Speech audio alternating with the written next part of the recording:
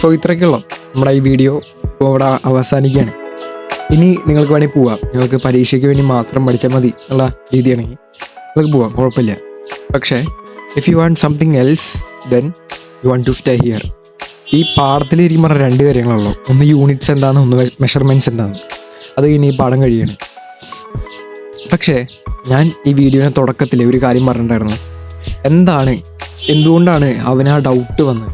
അതായത് എൻ്റെ കൂട്ടുകാരൻ ചോദിച്ചു, എടാ ഇതൊക്കെ നുണയാണ്, ഇതൊന്നും ഒരിക്കലും നമ്മൾ അവിടെ നിന്നുള്ള ഡിസ്റ്റൻസ് എങ്ങനെ കണ്ടുപിടിക്കണേ ഒക്കെ നോക്കുമ്പോൾ. പക്ഷേ ഇത് കറക്റ്റായിട്ട് നമ്മൾ ഈ പാഠം പഠിച്ചപ്പോൾ മനസ്സിലായി, പാരലക്സ് മെത്തേഡ് വഴി നമുക്കത് കൃത്യമായിട്ട് കണ്ടുപിടിക്കാൻ പറ്റുന്നത്.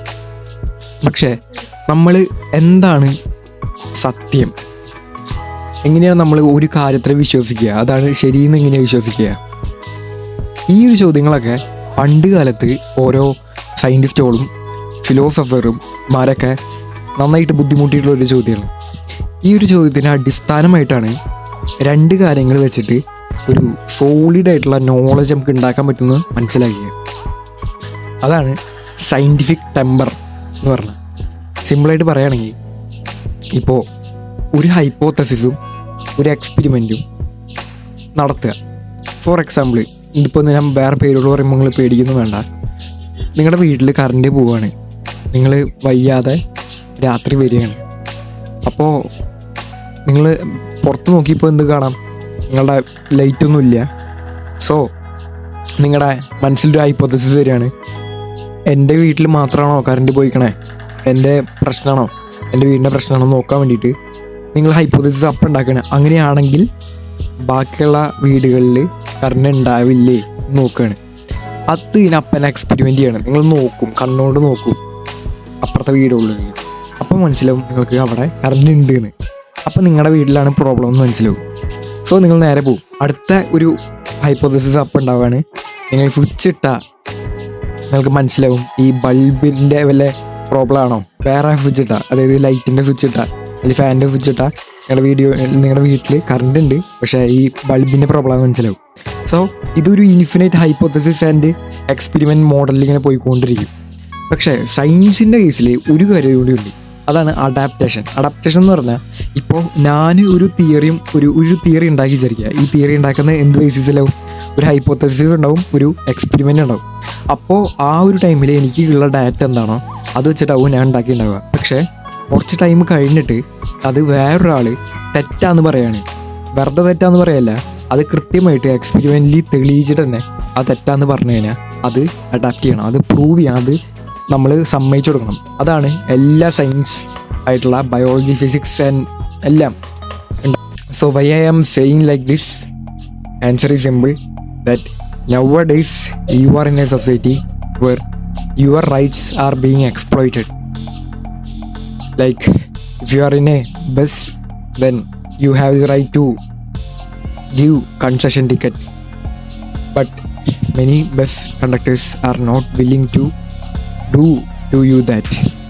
And another thing is about the religion, the intercaste marriage and the existing knowledge gaps are making religion a tough point where you are in that area.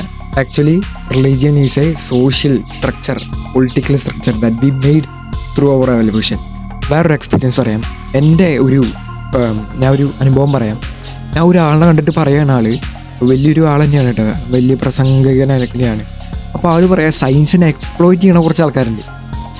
Phone നിങ്ങളുടെ കയ്യിൽ വരുമ്പോൾ നിങ്ങൾക്ക് ഭയങ്കര വലിയൊരു റേഡിയേഷൻ അടിക്കണമെന്ന് പറയണം.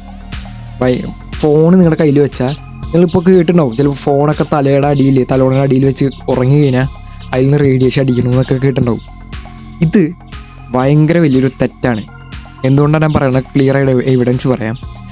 നിങ്ങളുടെ ഫോണിൽ നിന്ന് വരുന്ന റേഡിയേഷൻ എന്ന് പറയുന്നത് മൈക്രോവേവും അതുപോലെ തന്നെ ഇൻഫ്രാറെഡ് ചൂടാവുമ്പോൾ മാത്രമാണ് വരുള്ളൂ. മൈക്രോവേവും റേഡിയോ വേവിൻ്റെയും ഇടയിലുള്ള റേഡിയേഷനാണ് നിങ്ങൾക്ക് വരിക. പക്ഷേ നമ്മുടെ ബോഡിയെ ഇതിനെ നമ്മൾ നോൺ അയോണിക് റേഡിയേഷൻ എന്ന് പറയും. അതായത് നമ്മളുടെ DNA ഡാമേജ് വരുത്തുള്ള എനർജി അവർക്ക് ഉണ്ടാവില്ല. സപ്പോസ് ഇപ്പോൾ നിങ്ങൾ പുറത്ത് പോയിട്ട് നിൽക്കുകയാണ്, നിങ്ങൾ സൂര്യവെളിച്ചം കൂടുതലാണ്, അവിടെ ഇപ്പോൾ നിങ്ങൾക്ക് കിട്ടുന്നത് UV റേഡിയേഷനാണ്, അതായത് അൾട്രാ വയലറ്റ് റേഡിയേഷൻ.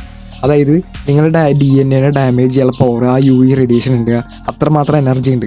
എന്തുകൊണ്ട് നിങ്ങളവിടെ പുറത്തേക്ക് നിൽക്കും, എന്നിട്ട് വേറെ ആൾക്കാർ പറയും ഫോണിൽ നിന്നാണ് റേഡിയേഷൻ വരണേ, അതാണ്. അപ്പോൾ നിങ്ങൾ വിശ്വസിക്കുകയും ചെയ്യും. എന്ത് കാരണമാണ്? സയൻറ്റിഫിക് ടെമ്പർ കറക്റ്റായിട്ട് ഇല്ലാത്ത കാരണമാണ്. ഈ വീഡിയോ സയൻറ്റിഫിക് ടെമ്പറിനെ കുറിച്ച് പറയാൻ നിന്നാൽ അത് ഇഷ്ടം പോലെ നീണ്ടു പോകും.